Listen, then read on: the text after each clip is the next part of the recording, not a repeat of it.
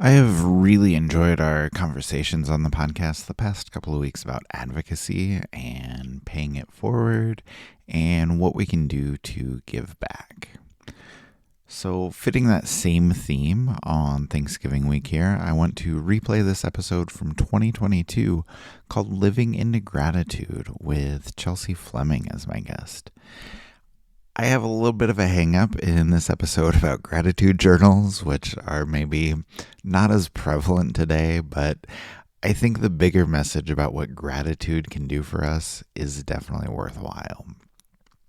Also, before we start, I'm very excited that we can announce that Carrie Mae Weems will be our featured presenter for the Now Conference. She is a renowned photographer and artist. I'm so excited to have her be a part of Now, as I have been a huge fan of her photographs and her work since I first learned about her, which was probably all the way back in high school.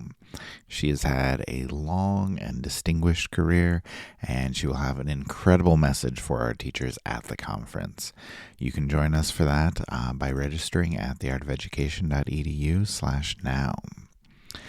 That being said, let's get to the episode. I hope you enjoy it, and I hope you enjoy your holiday this week. Welcome to Art Ed Radio, the podcast for art teachers. This show is produced by the Art of Education University, and I'm your host, Tim Bogatz.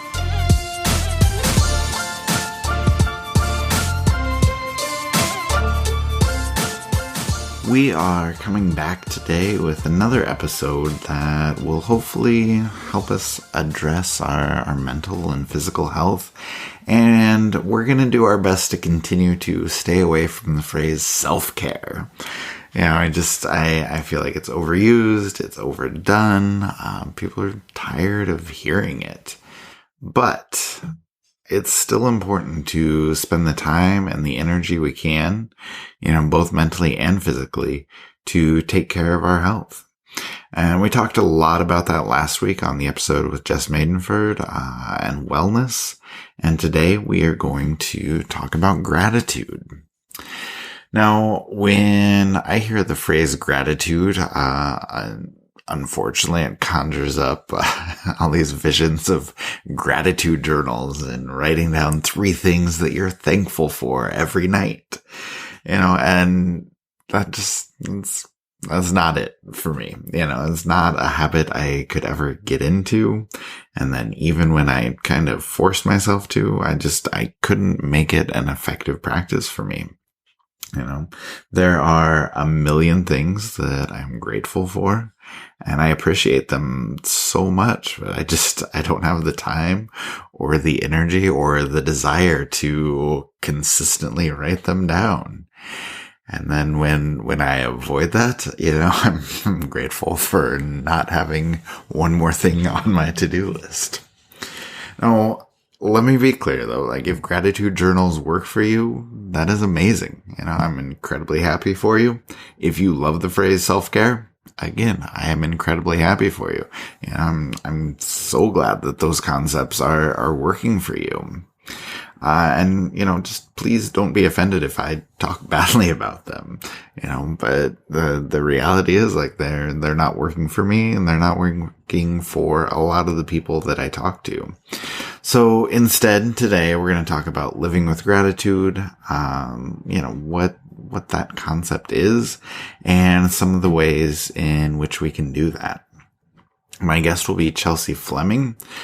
She's a former art teacher, former instructional coach, current colleague here at AOEU, where she does just so many different things. But she's been on the podcast before talking about student engagement, and I'm really happy, maybe even say grateful, that she was willing to come back on today to talk about gratitude with me. So let's go ahead and bring her on.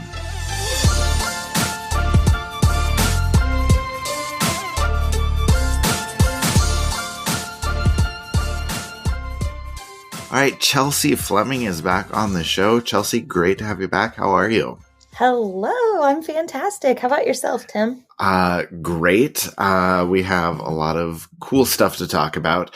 I chatted in the intro to this episode, a little bit about just sort of how we're sick of the idea of self-care, and Janet Taylor, who works with us, was on the podcast a few weeks ago, and just kind of this random thought that I had put out there in our conversation, of just like, oh, the phrase self-care is just very tiring at this point. We're kind of sick of it.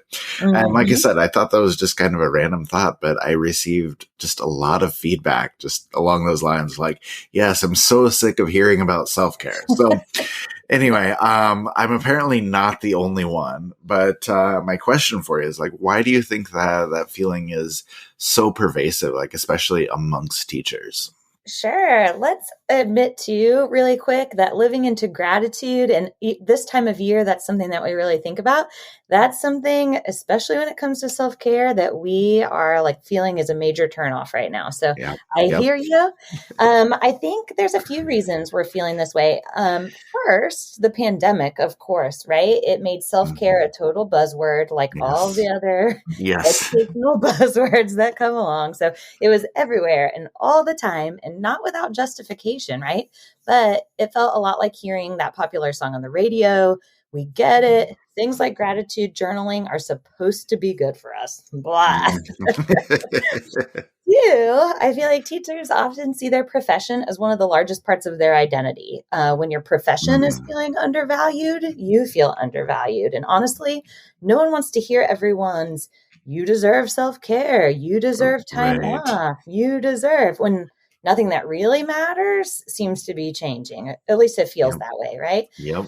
And then third, I feel like some of us have a hard time relaxing. And for Yeah. many, self care and that relaxing or that time off or doing things like buying yourself a fancy Starbucks drink or letting things slide isn't really it for us. So, Yeah. what if you aren't interested in those things? You aren't really grateful for the time off. I don't know about you, but when I was in the classroom all the time, my husband would be like, "You're getting a part-time job next summer," because I really did go bonkers with extended breaks and Yeah. things like Yeah. that. So maybe it just isn't your love language, right? So I think there's probably more reasons, but those are just a few that feel relatable to me, at least. Yeah, no, like all three of those make a lot of sense to me. So I think those are good points. Now, when you first started answering that question, you used the phrase living into gratitude, which Hmm. I think is worthwhile. Something I definitely want to do, as long as, like you said, it doesn't come with the requirement of journaling like every single day. So, um, you know, aside from the gratitude journal, like what are the benefits we see, like when we are practicing gratitude? And I guess extending that, like, why do you think we aren't doing a lot of that already? Sure. Well, I do feel like appreciation and kindness really do come easily to us as teachers. We're in a caring profession.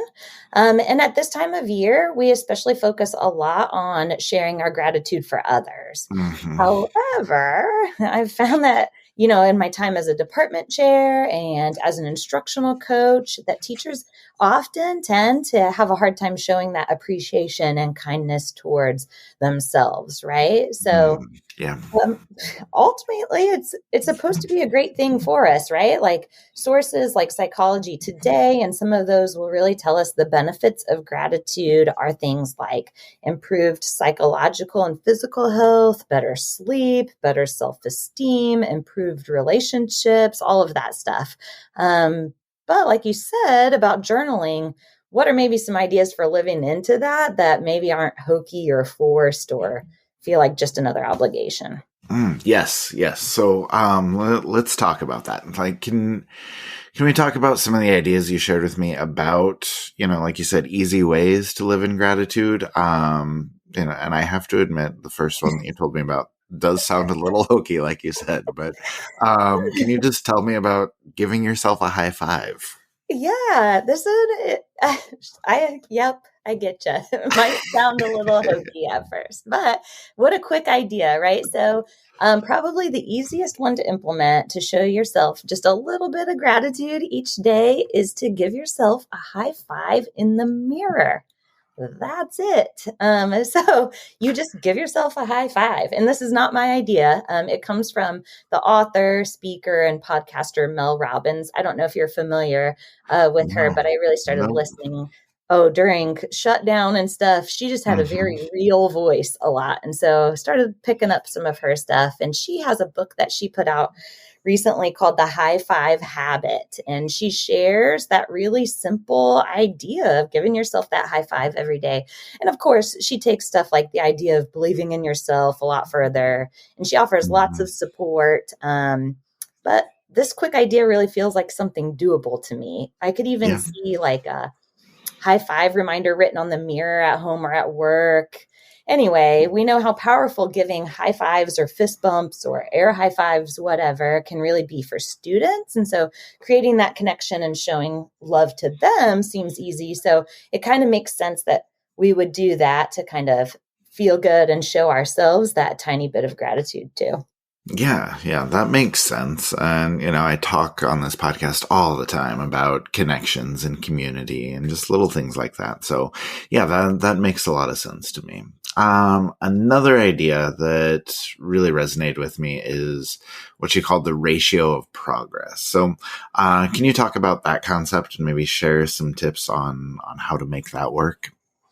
Sure. So I don't know if I've talked with you specifically about my favorite author of all time, but I feel like I share his stuff all the time and everywhere. So if I ever say anything, it's probably not an original thought of mine. It actually comes from Michael Bungay Stanier. So he is the author of some great coaching books, The Coaching Habit, The Advice Monster. Anyway, fantastic. But he recently sent out an e-newsletter. Of course, I'm signed up, so every week I hear from him. Right. And it really kind of struck a chord with me a few weeks back. So he shared this quote from this Olympic runner, Alexi Pappas. And it really was, okay, so here we go. I'm hoping that I don't like totally blow this up. Oh, there we go.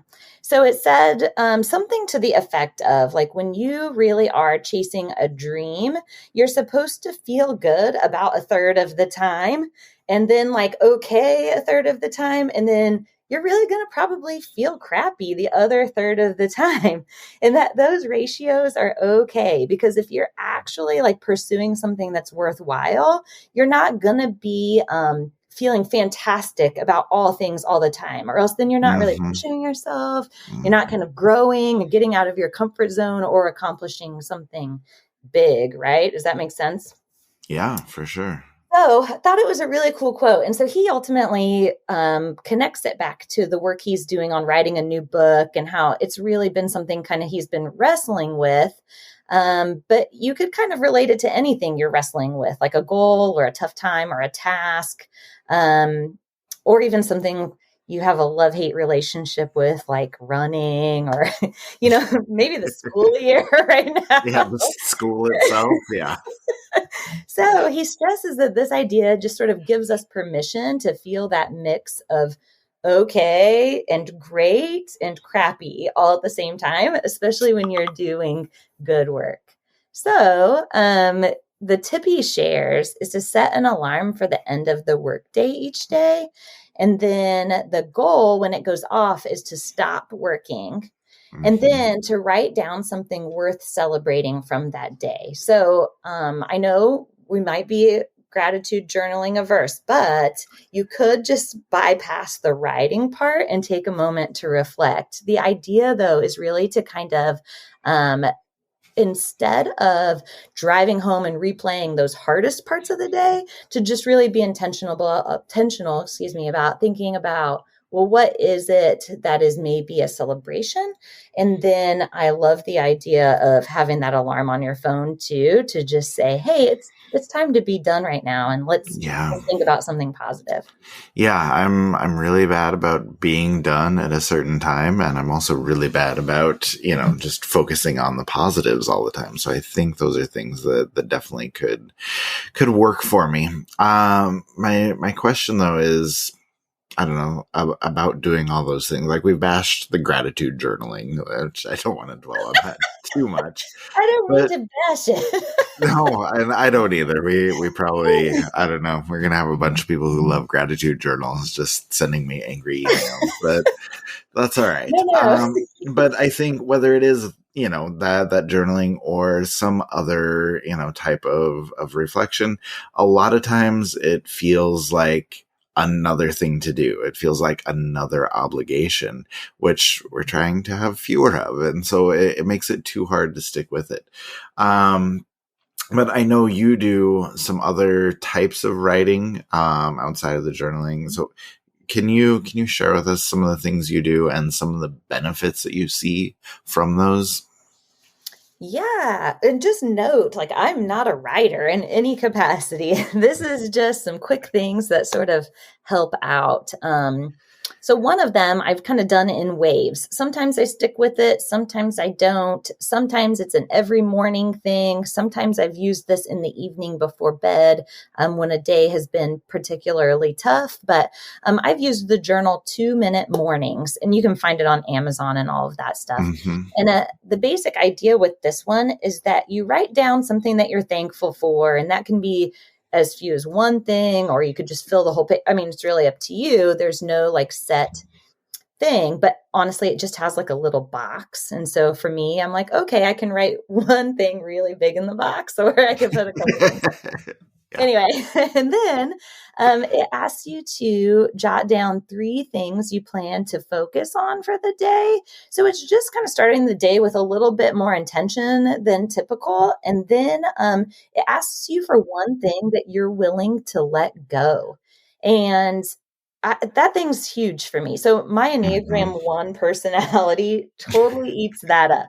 That actually, like, writing things down that I can let go of is just really a big deal. It's also great to look for the good things, because I'm just really critical of myself. So Mm-hmm. it can be really nice to be like, well, I was kind of beating myself up about that yesterday, or I was still thinking about this in the shower this morning, but I'm going to go ahead and give myself permission to let that go. So it is something that I've done consistently at times, and then not at others. It just kind of is comes in seasons in my life, I feel like. Yeah, I like that idea where, yeah, you don't have to do it all the time, but it's there for you Mhm. when needed. So, okay, any other types of writing that you like to do? Yeah. So in this one, actually, this idea came from a book I was reading recently called Bittersweet. It's by the author of Quiet. I don't know if you read that one Yeah. about introverts and all that. Fantastic read. As an introvert, very excited about that book. Yes, right. So this one, Bittersweet, it's a really interesting read, and it's longer title is How Sorrow and Longing Make Us Whole. And so it's, and again, really interesting. But in this book, the author speaks a little bit about how we all sort of live in this culture where everything should be good all the time, right? Like, or at least Hmm. we're made to kind of feel that way. So Right, right, and I know you've talked about this on the podcast before. When people ask, how are you? Everyone's response is the smile and I'm good. right. But I think, and clearly so does this author, that sometimes it's okay to really put out there into the world all the feels, and it's okay to feel the feels. So she shares this study done, gosh, University of Texas, I believe it was, by a social psychologist, where they had these groups where they asked people to write about their hard times, and they actually ended up being calmer and happier than those people who just wrote about anything at all, right? So they wrote about the tough stuff. And there even seemed to be like some links to physical health benefits to this. So the idea is that you're writing down all of the tough stuff and just getting it out. So instead of gratitude journaling and focusing on what's the good things, that it's kind of okay to write down all the crummy stuff. And the Yeah. idea is that when we kind of get out all of those things, we stop sort of thinking about them as misfortunes or as flaws, but instead think about as opportunities for insight and growth, right? How many times have you had a really tough time, and then when you've gotten through it, you've been like, oh my gosh, my life is so much better now that I have been through that tough time, or I learned so much from that. And so Yeah. instead of focusing on the good, sometimes it is okay to just get out the tough stuff. And then the idea is that you'll be able to look back and kind of think about it more as a spot of insight or of growing. Yeah, just a growth opportunity. And Mm-hmm. I appreciate that idea because, like you said, a lot of times we don't feel like we have the permission structure to think about those things because we're always, like you said, trying to put on a show or trying to let everybody know that things are perfect even when they're not. And so Absolutely. I think taking some time to reflect on that, like you said, using it as a growth opportunity is a really good growth opportunity. I don't know how to phrase that exactly, but I do appreciate that idea. Now, along with reflection and thinking about these things, I know that one thing that always helps me feel better and actually helps me reflect, gives me time to do it, is running. And I know not everybody loves to run, and just quick aside here, because I know you work out a lot too. But a running friend of mine has this theory. We were just talking about this, that people hate running because they work too hard at it. Like they go out too fast and they stress themselves out about it. They go too hard and they're like, this is miserable. And he thinks that everybody should just all the time. no, he thinks everybody should just slow down and run like 12 or 13-minute miles, just like as slow as possible. Yeah. And like more people would enjoy running if they just chilled out about it a little bit more. So anyway, I think there's some validity to that. But anyway, the point I was making is not everybody loves to run, but I think there is something about physical activity that's worthwhile. Like, do you find that it's worth it for us to find the time to perform any kind of physical activity? Oh gosh, yeah, absolutely. I mean, and I know I talk big about running being terrible, but I really do enjoy it too. I'm kind of into all things physical fitness. It is one of my mental health go-tos, is when I'm feeling tough, is to move my body. And so I really do kind of believe in that idea of, even if you're right, even if we're not trying to run 6-minute miles and do these awesome things, we can just move around a little bit and kind of remember that it does something to us when we move our body around, when we're having a hard time getting motivated or staying positive or finding the good, even just doing a couple push-ups. I mean, and that doesn't have to be like legit push-ups, just like you're saying, slowing down with running. Why not some wall push-ups, or from a chair or a bench or from your knees, whatever it takes. But I do feel like sometimes having that little bit of physical activity can just help you feel good and impact your attitude. Absolutely. All right, that's awesome. Chelsea, thank you. I appreciate all of this. I appreciate all the research you bring into it and all the ideas that you have for everybody. Before we go, any last words of advice for people? Oh, I just think that these ways to kind of live into gratitude feel just a little more real than the idea of kind of pouring out that long list of good things each day. So my hope is that everyone will find something or a combination of things that helps them to feel a little more kind and appreciative towards themselves. Oh, sounds good. Chelsea, thank you so much. It has been great to talk to you today. Thank you, Tim. All right. Thank you to Chelsea for sharing so many wonderful ideas. I appreciate her coming in with so much research, so many ideas, so many suggestions. Now, if you're like me, not all of those ideas are going to work for you. I'm not going to be high-fiving myself in the mirror, for example. But, she did have a lot of things that I think can be very valuable for me. I love the concept of the ratio of progress that she talked about. And, I want to continue to do, exercise and physical activities, which we just closed the conversation with. I'm grateful that I have a body that works and a body that allows me to do that. But no matter what you're grateful for, what is going to help you live with gratitude, I hope somewhere in the discussion today, you found or thought about a way that you can continue to do that moving forward.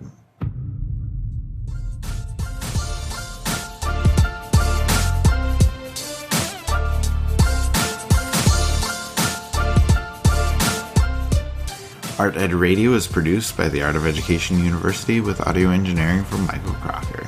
Thank you for listening, as always, and we will talk to you again next week.